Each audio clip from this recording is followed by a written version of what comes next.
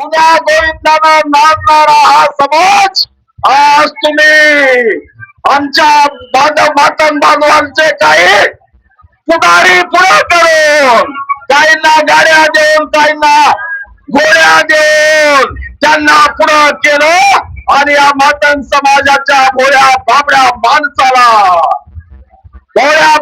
माणसाला रस्त्यावरती भावाभावामध्ये लढाई इथल्या आरक्षकच्या काढून बुजून पुढाऱ्यानं लावलेली आहे.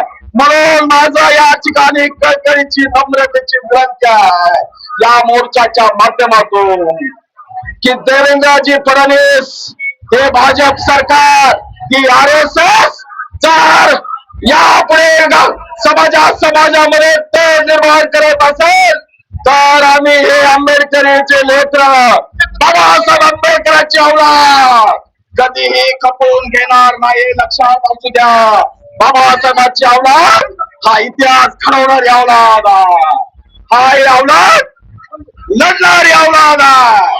म्हणून माझी कळकळीची आणि नम्रतेची विनंती आहे या मोर्चाच्या माध्यमातून माझ्या इथल्या बांधवांना एससी बांधवातील सर्व माझे बांधव माझ्या माता भगिनी एवढ्या मोठ्या संख्येने या परळी शहरामध्ये तेरा झेंडा घेऊन पंचशील झेंडा घेऊन आलेले आहेत.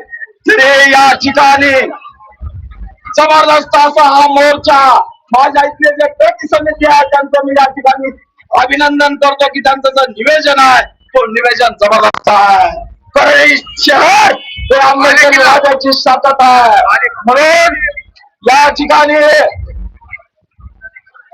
सरकारला पुन्हा एकदा या ठिकाणी माझं आव्हान आहे की तुम्ही आता हे आमचे लोक बघा, आमचे बांधव बघा, फक्त एक मुठभर पुढारी या मातन समाजाचे हे मुठभर पुढारी मातन समाजाच्या पोरांचे डोके पडू पाहतात.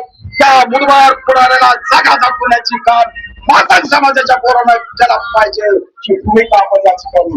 मातन समाजाला सुद्धा शक्ती पाहिजे.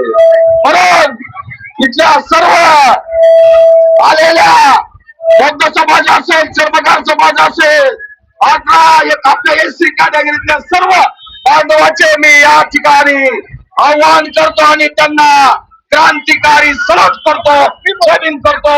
जय भीम, प्रबुद्ध भारत, डॉक्टर बाबासाहेब आंबेडकर.